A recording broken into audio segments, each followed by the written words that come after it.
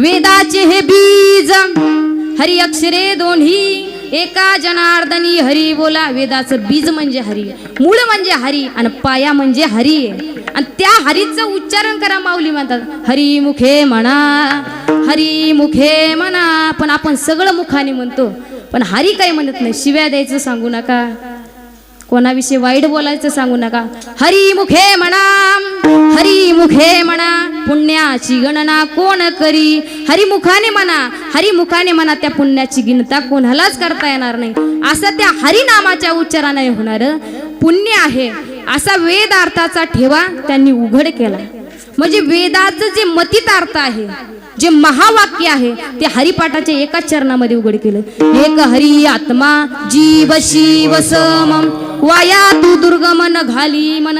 एक हरी तोच आत्मा आहे, तोच जीव आहे आणि तोच ईश्वर आहे. तू व्यर्थ